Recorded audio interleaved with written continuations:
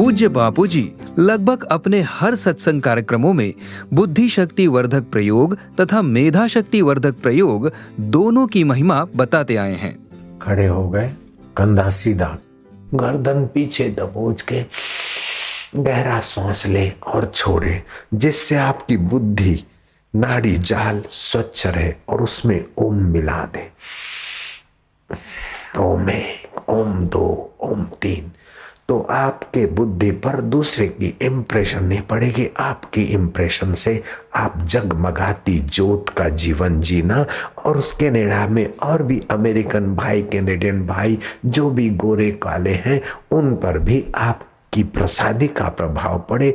उनका वाइन और उनका मीट तुम्हारे जीवन में गंदगी न लाए। तुम्हारी भक्ति और तुम्हारी संस्कृति का प्रसाद उन बच्चों को भी मिले, ताकि इस देश में, पूरे विश्व में मानवता का माधुर्य महकने लग जाए। आपकी बुद्धि में जो दोष है, बुद्धि की जो कमजोरी है अथवा जो दुख की चोटें लगती है, वो कम हो जाएगी।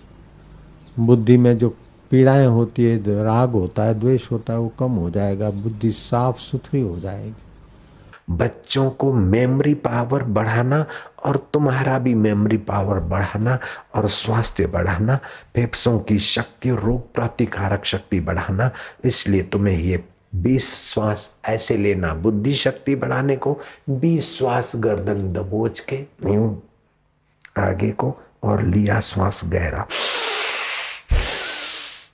श्वास लेते ओम समय ओम आत्मा की चेतना बढ़ेगी और श्वास छोड़ते समय गिनती, ऐसे 20 गिनती कर लो। लंबे श्वास लो और छोड़ो। आपको जल्दी बीमारी पकड़ेगी नहीं और आई तो टिकेगी नहीं, क्योंकि फेफड़ों की शक्ति रोगों को मिटाने के काम में बड़ा सहयोग देती है।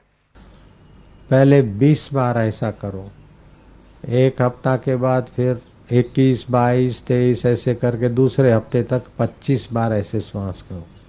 25 के बाद फिर 24 ना हो, 15 के बाद 12 नहीं हो, बस। तो 25 श्वास 2-3 मिनट में हो जाते, हम करते। आइए इन प्रयोगों को समझते हैं विस्तार से। बुद्धि शक्ति वर्धक प्रयोग विधि। विद्युत का कुचालक आसन, कंबल या चटाई पर सीधे खड़े हो जाएं। दोनों हाथों की मुट्ठियां बंद करके हाथों को शरीर से सटा लें। धीरे धीरे सिर को पीछे की तरफ ले जाएं। इस स्थिति में 20 से 25 बार गहरा श्वास लें और छोड़ें।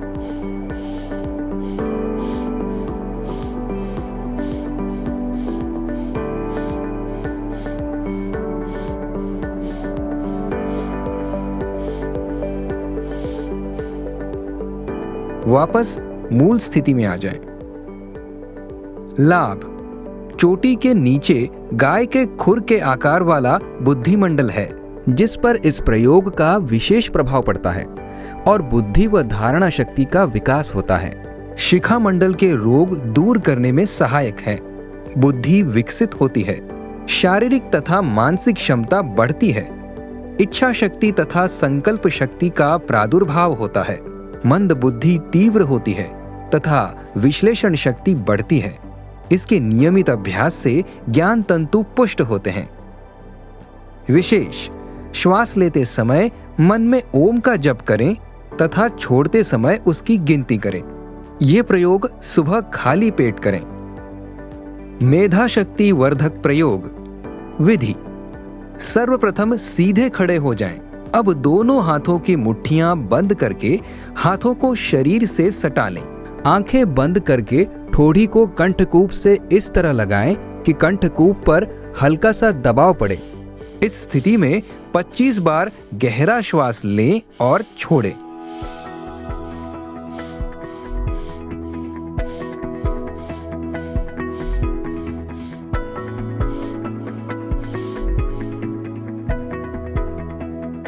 वापस मूल स्थिति में आ जाएं। लाभ। इसके नियमित अभ्यास से मेधा शक्ति बढ़ती है। कंठ की ग्रंथियों की शुद्धि होती है। कंठ विकार दूर होते हैं। विस्मरण व बुद्धि मंदता भी ठीक हो जाते हैं। शरीर फुर्तीला व आकर्षक बनता है। शरीर से आलस्य निद्रा दूर होकर ऊर्जा शक्ति तीव्र बनती है। परम प्रेम तथा आकर्षक शक्ति की प्राप्ति होती है। प्राण सुषुम्नावाही होता है। योग कुंडल्योपनिषद के अनुसार कंठ संकोच रूपी जालंधर बंध लगाने से ऊपर सहस्रार बिंदु से टपकने वाला अमृत जठराग्नि से भस्म नहीं होता है और प्राणवायु का निरोध करके कुंडलिनी शक्ति जागृत करता है। विशेष, श्वास प्रश्वास करते समय जितने जोर से श्वास अंदर खींचे उतने ही जोर से श्वास बाहर छोड़ना चाहिए। ये दोनों क्रियाएं विशुद्धि चक्र की शुद्धि तथा ग्रंथि विभेदन करने में सहायक हैं। इन दोनों प्रयोगों से मस्तिष्क में बनने वाले वात, पित्त, कफ आदि दोष जो कि बुद्धिमांद्य, विस्मृति, विक्षेप, संशय आदि रोगों के कारण बनते हैं, उनका नाश होता है और बुद्धि तत्व की विशुद्धि, धृति शक्ति की वृद्धि तथा सद्बुद्धि प्रदान करने वाले ज्ञान तंतुओं की जागृति होती है। सावधानी। लेकिन इन प्राणायामों में एक बात है कि भोजन करके कभी ना करें।